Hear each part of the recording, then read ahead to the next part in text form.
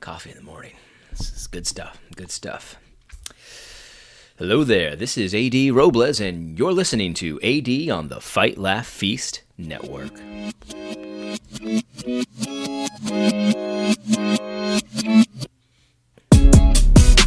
All right. Before we begin today, I wanted to just see if you have become a Fight, Laugh, Feast Club member yet. If you haven't, you're missing out. There's a lot of awesome content in there, some not behind the scenes, what am I talking about? Some exclusive content for club members. I've only put one thing back there, but I plan to put some more stuff. But I know that the guys across Politics put stuff back there all the time, and it's really, really good stuff, very helpful for Christian living and all of that. But the best part about being a Fight, Laugh, Feast Club member is that you get to fight back against the machine.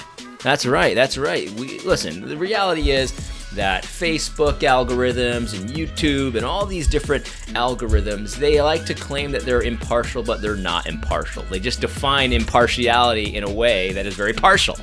And so if you enjoy this content, you want it to get seen by more people, you want to support it, you want to see more of it, join us in this fight.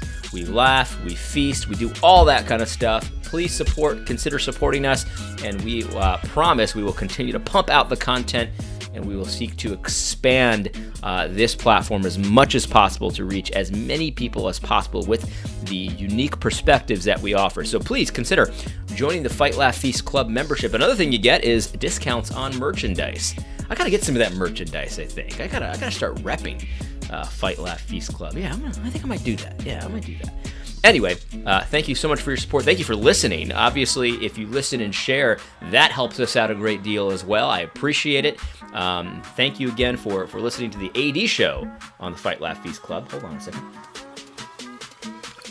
It's one of those nice fall days where a good warm cup of coffee is just exactly what you need. You know, I drink coffee in the summer too. It's just not quite as good as it is in the fall. Anyway, let's get started today. I had a couple ideas of a little bit of things I could say before the main topic today, and then as I wrote them out, I realized they're kind of all connected. Today, I have 3 hot takes that are going to surprise you. 3 hot takes that are going to surprise you a little bit.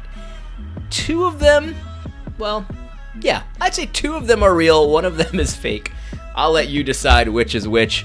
You'll probably easily be able to figure out which is which. But we're going to start today with something I saw a lot of people sharing recently. It was a couple of tweets from Matt Walsh, the Catholic social and political commentator. 2 tweets that this person was saying were contradictory, and I have a hot take on this as well. Basically, what the tweet said was something about how McDonald's nuggets chicken nuggets. You know, different places have chicken nuggets. The best chicken nuggets were Chick-fil-A. The second best chicken nuggets were Wendy's. The third best chicken nuggets were McDonald's. The fourth best were grocery store chicken nuggets, and then 5th best were like something else, and then the last place chicken nuggets were Burger King. So that was his rankings. Now you might think, oh, that's not controversial. Look, everyone has their own opinion. But here's the controversial part. Someone saw that less than a year later, he tweeted that McDonald's chicken nuggets were better than Chick-fil-A. That seems to be a contradiction. It kind of seems like he's making it up as he goes along. And someone was saying that this is an example of just someone just saying whatever comes to his mind, doesn't have any principles, blah, blah, blah. But I got to tell you right now, I completely approve of this tweet. Because here's the thing, guys. You got to understand, Matt Walsh did nothing wrong. If you asked me on one day what the best chicken nuggets are, my answer might be different on that day than any other day. Because here's the reality. You got to understand, especially when we're talking about fast food, guys.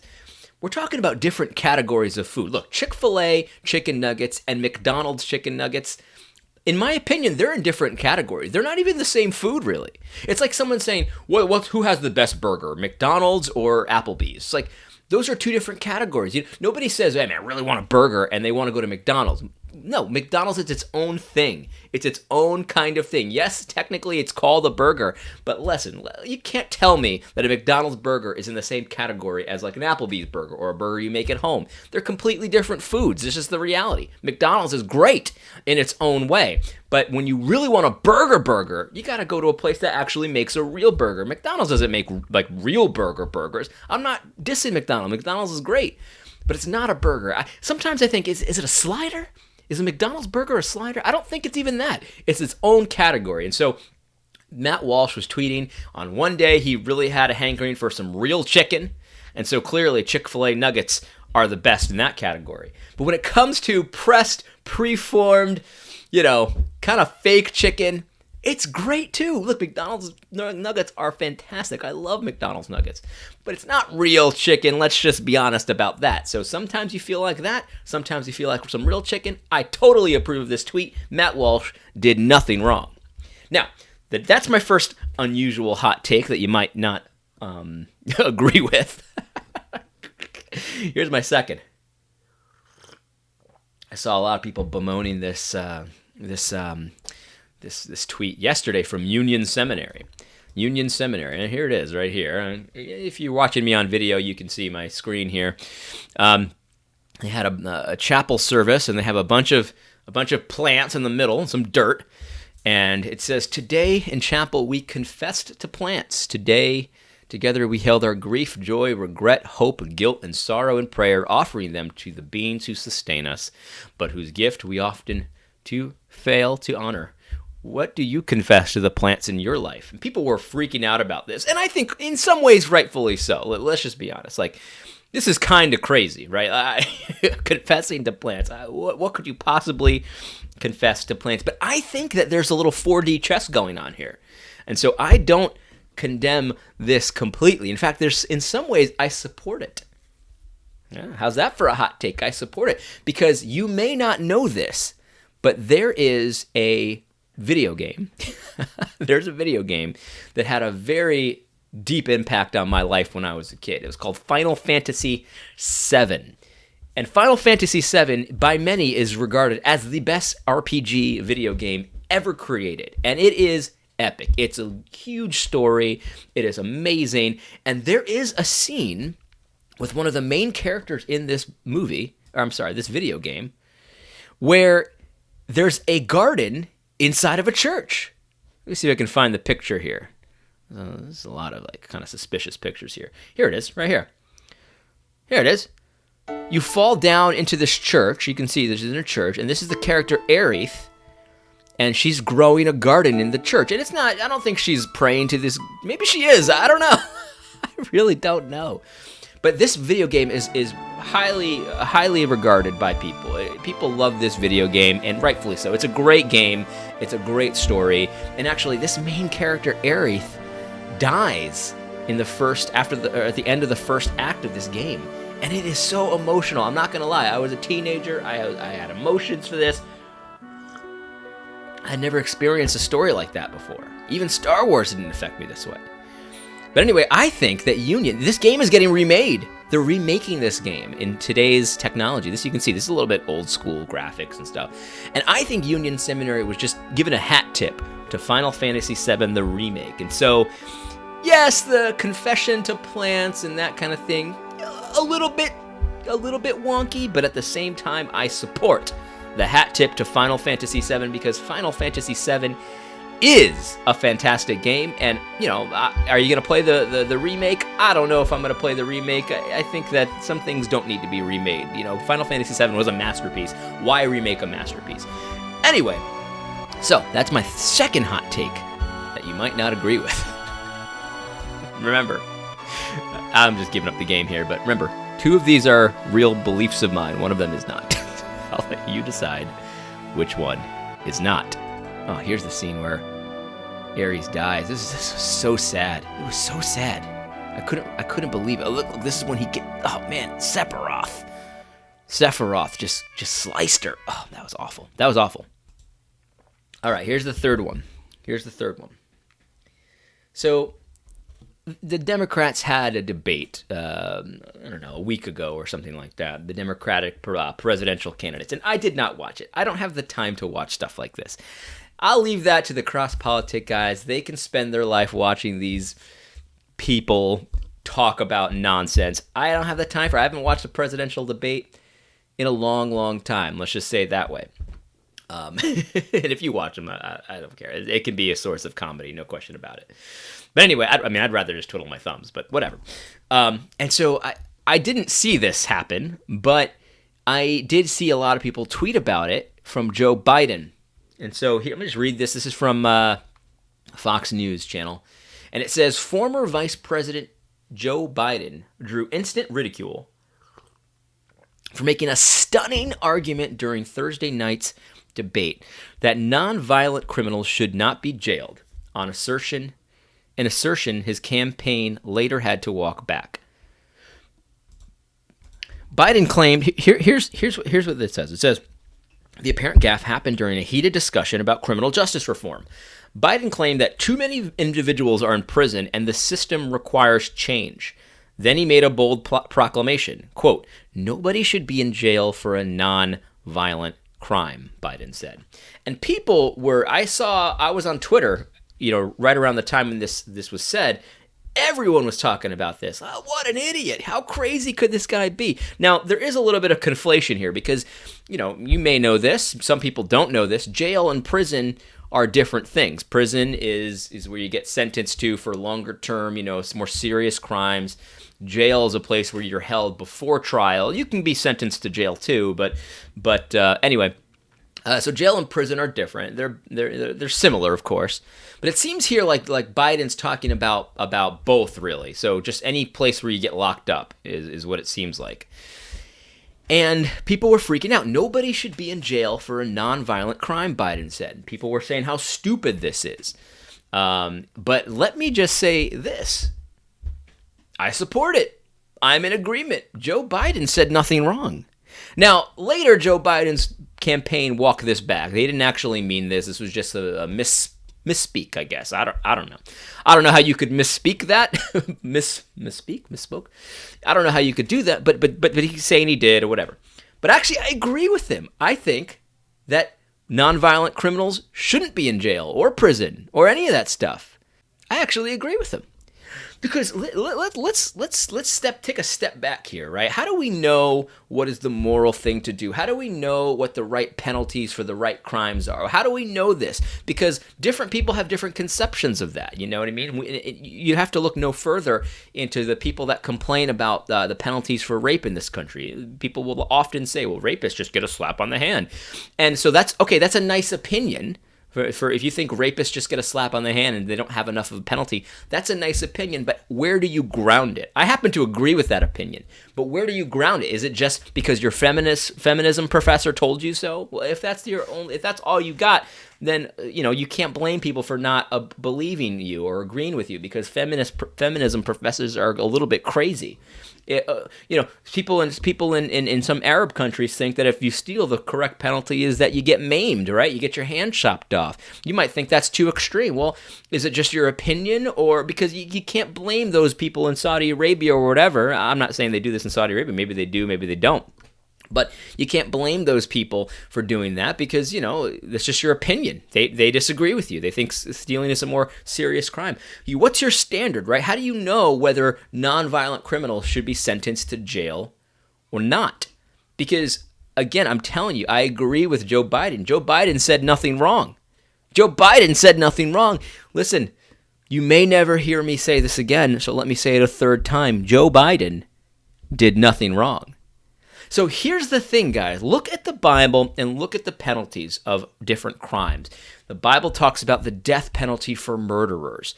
And so clearly, I think that a murderer, when convicted on the evidence of two or more witnesses, should be executed.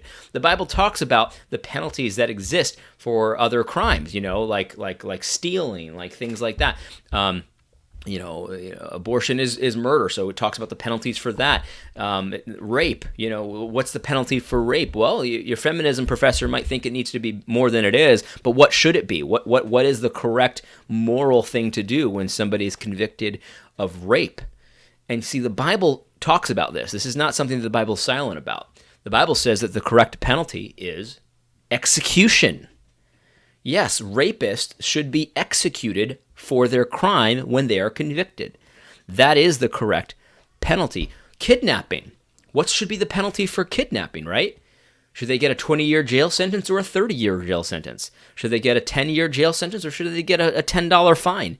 How do you know? See, you might think, oh, that's ridiculous, Adam. That's ridiculous. $10 fine? Well, I mean, who's to say? Is it just your opinion? Well, I don't go with just my opinion. I go with what God says, right? And a kidnapper should be executed if they are caught. You see what I'm saying? So the Bible needs to be our standard for this kind of thing. And often it's not going to be a one-to-one, kind of transition. You'll have to interpret it and apply it. But the Bible, God sets what justice is and what it isn't. And the reality is that there are a lot of people sitting in jail and prison right now for nonviolent crimes that, shouldn't be. And let's just be honest. Let me say something very clear. If you look at the Bible and the penalties that are given for different crimes, there is no prison sentence in the Bible. Jail is a different thing. Like if you're being held for your trial, like that makes sense. That's almost kind of a necessity. You get a violent criminal, you get someone that might run and stuff like that. Jail might make sense in certain situations, but prison sentences, there are no prison sentences in God's law. Do you know where there are prisons in the Bible? Do you know where there are prisons in the Bible? There are prisons in the Bible. It's with pagan nations. And it's presented in the Bible as oftentimes a very unjust kind of a situation. You're thrown in prison because the king just throws you there. And you're just rotting away in there. Like the Romans had prisons and stuff like that. That's not from God's law. That's from other laws. Other laws. Like, I know this is a shock to the system for most of you, but there are no prison sentences in God's law. What is there instead? What is there instead? Because what do we do with someone who steals, I don't know, $100,000 from their business, from their employer? Or what do we do with someone who steals your car? Or what do we do with someone who steals your television set? Like, what do we do? Well, the Bible says that they got to pay it back and then some. And then, so if they have the money, they give it back, and they give back more than what they took. And the idea is to de-incentivize stealing, because it won't. If you get caught, it won't pay. It won't pay. Now, what if they don't have the money, right? Well, guys, this is the thing. Like, you're gonna have to come to terms with this. Prison sentences are not found in the Bible, but if you cannot pay for what you owe, you stole from someone, you can't pay, you have to work for them. You're forced to work for them. You become a servant. You become a slave for that person. You see, we think that slavery is like the ultimate barbarism, but it is not the ultimate barbarism. That is our own idea. We didn't get that from the Bible. You cannot read the Bible and come away with the idea that God says you shall not enslave. That's something that Russell Moore said once. The Bible teaches you shall not enslave. No, it doesn't. No, it doesn't. It absolutely does not. In fact, it commands slavery in certain circumstances. For example, if you steal and you cannot pay back, you must work that debt off. You must work that debt off until you pay it back. You see, we think, oh, that sounds barbaric. That sounds barbaric. You don't know what barbarism sounds like. Look, let me give it a shout out here for a second. Let me give a shout out here. One of the things that I do, one of the things that I like to watch on YouTube is there's a few different channels that are people that used to be in prison.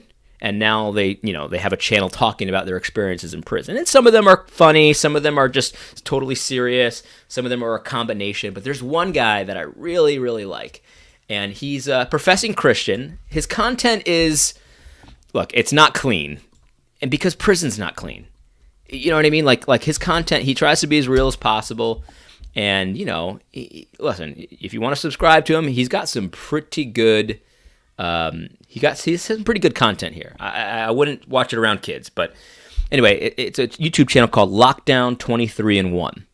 There's a guy named Josh who was in prison for 8 years, and he talks about prison. And look, all the channels that you go to that talk about prison, they will always tell you prison is hell on earth. Prison is hell on earth. God does not condone prison sentences because men should not be locked up like beasts and forced to be idle and forced to do nothing except to twiddle their thumbs and mess around with each other, and you can take that, in more than one way, and all this stuff, and just you just listen to a few of these stories, and this is no place for a person. And so if you're a violent criminal, you're accused of murder, rape, whatever it is, God's penalty for you is execution. You forfeit your life for that kind of stuff. If you're a thief or something like that, pay it back, because see, that makes more sense, right? Like if you steal from someone, pay it back. And if you can't pay it back, work for them. And you see, while you're working, you start to realize, man, why don't I just work for my money instead of stealing it? Work for myself, build my own wealth instead of building somebody else's wealth. Why don't I just do that? I'm already working. Why not just do it for myself? And not only that, but you get to know the person you stole from, man, and then you get to respect each other a little bit. It might not always happen, but at least there's a relationship there, right? There's a relationship there, and it restores you. What does a prison sentence do? It doesn't do anything. People say they paid my debt to society. How? By sitting in a cell? By sitting in a cell and trying to figure out how to get contraband and how to get your pleasures and your jollies while you're just sitting there for years? How does that pay your debt to society? It doesn't. It doesn't. That's why God doesn't command that kind of stuff. God doesn't command things that don't make sense. God is smart. God is smart. And so, listen, watch some of these prison shows. Lockdown 23-1. This guy's funny. He's a funny dude. He strikes me as a newish Christian, so he's not going to be, theologically like, he doesn't give you theology. This is about prison. It's about prison, but you want to know what prison's like and why it's way more barbaric than indentured servanthood would be. Way more. Check it out. I recommend it. This is the thing, guys. We need to be committed, 100% sold out to saying God's way is better than my way. God's ideas are better than my ideas. Prison is man's idea. Oh, I got a good idea. This is how we'll get people to stop doing crimes. We'll put them in a cell, all together, make them shower together, tell them that their favorite drugs are banned. They can't do anything. They just sit there, play cards and all that. That's a good idea. That'll pay their debt to society. See, that's a stupid idea. And just talk to the people that have done that, and ask them about it. Ask them if that's a good idea. They'll tell you. God's idea is better. You see, we think that God's ideas are barbaric because we're sinners, because we rebel against God. So when God says that slavery is not the ultimate sin, like having a slave is not the ultimate sin that prevents you from going to heaven. See, we think we're better than God. And so we question the salvation of George Whitfield. Are you serious? How dare you? Because you're putting yourself over God. See, God didn't ban certain things that you want to ban. That's pharisaical, and that's evil. Repent. See, we need to be committed to thinking God's ways are better than my ways. So whatever my stupid brain cooks up and makes it seem like, oh, this is more humane than what God says. Prisons are more humane than indentured servanthood. That's not a conversation I'd like to have with God. I'll tell you that right now.